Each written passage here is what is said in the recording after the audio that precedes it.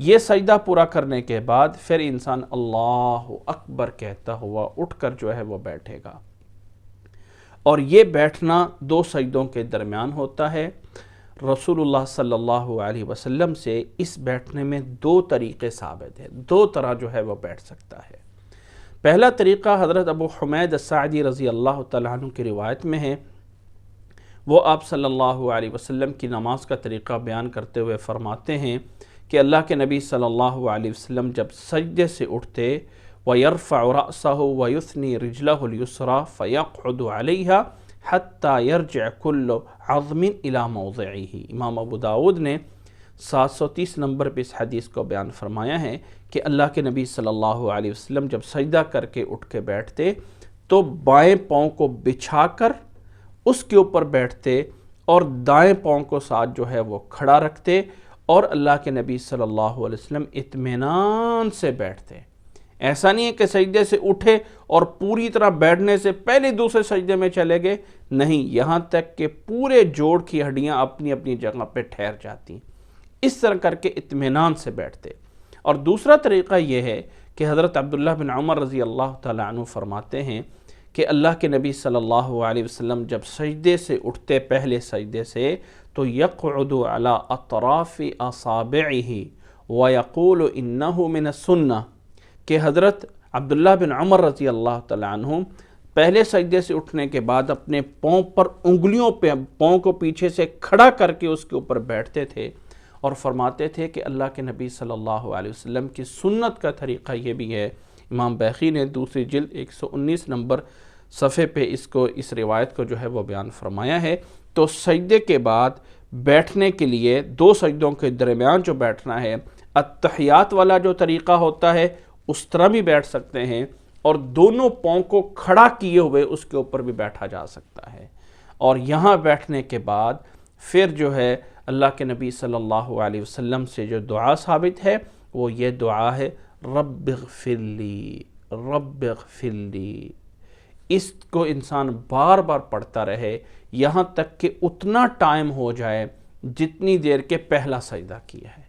یاد رکھیں کہ دو سجدوں کے درمیان اللہ کے نبی صلی اللہ علیہ وسلم سے یہ والی دعا صحیح احادیث میں ثابت ہے، کچھ دوسری دعائیں بھی ہیں، لیکن سب سے زیادہ یہ دعا اللہ کے نبی صلی اللہ علیہ وسلم سے ثابت ہے کہ اس دعا کو پڑھا جائے، رب اغفر لی، رب اغفر لی، رب اغفر لی، بار بار اسے پڑھتے رہیں، کوئی تعداد نہیں ہے۔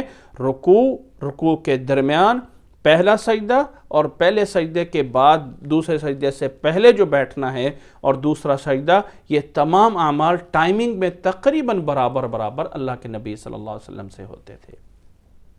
اور یہ جو دو سجدوں کے دوران بیٹھنا ہے، دونوں ہاتھوں کو انسان اپنے جو ہے وہ رانوں کے اوپر رکھ لے گا یا گھٹنوں کے اوپر رکھ لے گا، جیسے بھی رکھ سکتا ہے، جس طرح کہ تحیات میں بیٹھا جاتا ہے۔ ہاں، دو سجدوں کے درمیان انگلی سے اشارہ نہیں کیا جاتا، اپنے ہاتھوں کو سیدھا جو ہے وہ رکھا جاتا ہے۔ دو سجدوں کے درمیان جو بیٹھنا ہوتا ہے اس میں جو ہے انگلی سے اشارہ نہیں ہوتا ہے۔ پھر یہ بیٹھنے کے بعد انسان اللہ اکبر کہتا ہوا دوسرے سجدے میں جاتا ہے، اور دوسرے سجدے کو بھی پہلے سجدے کے ہی طرح کرنا ہے، اطمینان کے ساتھ سارے کے سارے 7 اعضاء کو پوری طرح اچھے طرح زمین پہ لگا کے اس دوسرے سجدے کو بھی پورا کرنا ہے۔ اور اس دوسرے سجدے میں بھی وہی اذکار ہیں جو پہلے سجدے میں دعائیں ہیں۔ اس طرح کر کے دوسرا سجدہ پورا کرنے کے بعد پھر انسان دوسری رکعت کے لیے کھڑا ہوتا ہے۔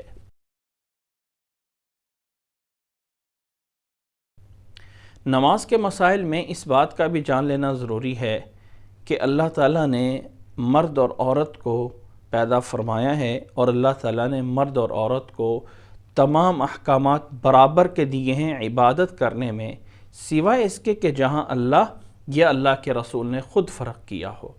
تو یاد رکھ لیں کہ نماز کے پڑھنے کے طریقے میں عورت اور مرد کی نماز میں کوئی فرق نہیں ہے۔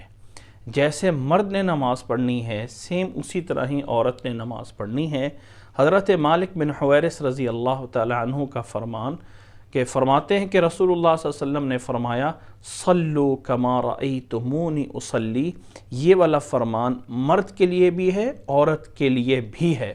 عورت نے بھی مردوں کی طرح ہی صفیں بنانی ہیں، یعنی جو عورتوں کی صفیں پیچھے ہوتی ہیں، جہاں عورتیں نماز پڑھ رہی ہوتی ہیں، وہاں عورتوں کو بھی پوری طرح صفیں بنانا ہوتا ہے، ساتھ ساتھ مل کے کھڑا ہونا ہوتا ہے۔ اسی طرح ہاتھ اٹھانے میں کندھے کے برابر یا کانوں کے برابر، اس مسئلے میں بھی برابر ہیں۔ اسی طرح ہاتھ باندھنے میں سینے پہ ہاتھ باندھنے ہیں، یہ حکم بھی مرد اور عورت کے لیے برابر ہے۔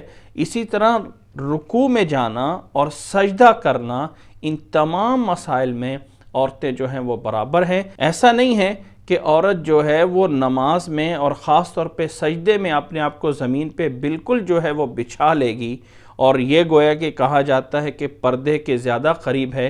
یاد رکھ لیں کہ اللہ کے نبی صلی اللہ علیہ وسلم کی جو سنت ہے، آپ صلی اللہ علیہ وسلم کا جو طریقہ ہے، اصل نجات اسی میں ہے۔ اس لیے سجدہ مرد اور عورت کا سیم ہے، اس میں کوئی فرق نہیں ہے۔ یہ ہے اللہ کے نبی صلی اللہ علیہ وسلم کی طرف سے جو طریقہ بیان ہوا ہے۔ اس طرح کر کے دوسرا سجدہ پورا کرنے کے بعد پھر انسان دوسری رکعت کے لیے کھڑا ہوتا ہے۔ تو جو دوسری رکعت کے لیے کھڑا ہونا ہے، اس کا طریقہ اللہ کے نبی صلی اللہ علیہ وسلم سے کچھ اس طرح ہے کہ آپ صلی اللہ علیہ وسلم دوسرا سجدہ کرنے کے بعد پہلے سیدھا ہو کر جو ہے وہ بیٹھتے اور پھر کھڑے ہوتے دوسری رکعت کے لیے۔ اس بیٹھنے کا نام جو ہے وہ جلسہ استراحت ہے۔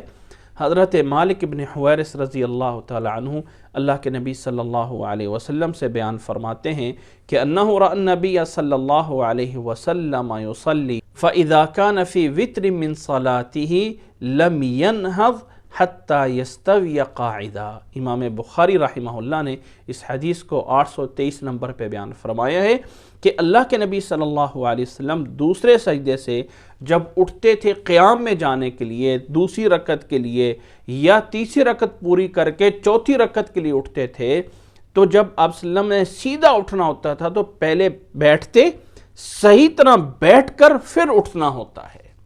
تو سجدے سے اٹھتے وقت اللہ اکبر کہنا ہے، سیدھا بیٹھ جانا ہے، اور پھر اٹھنا ہے آگے دوسری رکعت کے لیے۔ اور یہاں جو دوسری رکعت کے لیے اٹھنا ہے، یہ بغیر تکبیر کہے ہوئے سیدھا جو ہے وہ اٹھنا ہے۔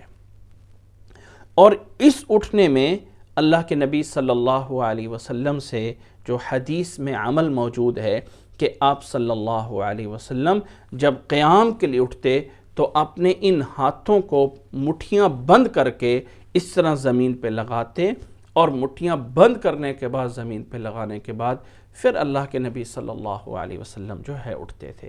آپ صلی اللہ علیہ وسلم کی سنت ہے، اگر کوئی انسان اللہ کے نبی صلی اللہ علیہ وسلم کی نماز کو پڑھنا چاہتا ہے تو اسی طرح پڑھے گا۔ اب سجدے کے لیے جب آئے تھے تو پہلے ہاتھ رکھے گئے تھے، بعد میں گھٹنے رکھے گئے تھے۔ اب جب اٹھنا ہے تو پہلے گھٹنوں کو اٹھانا ہے اور بعد میں ہاتھوں کو جو ہے وہ اٹھانا ہے۔ یہ ہے اللہ کے نبی صلی اللہ علیہ وسلم سے صحیح سنت میں جو عمل ثابت ہیں وہ یہ ہے۔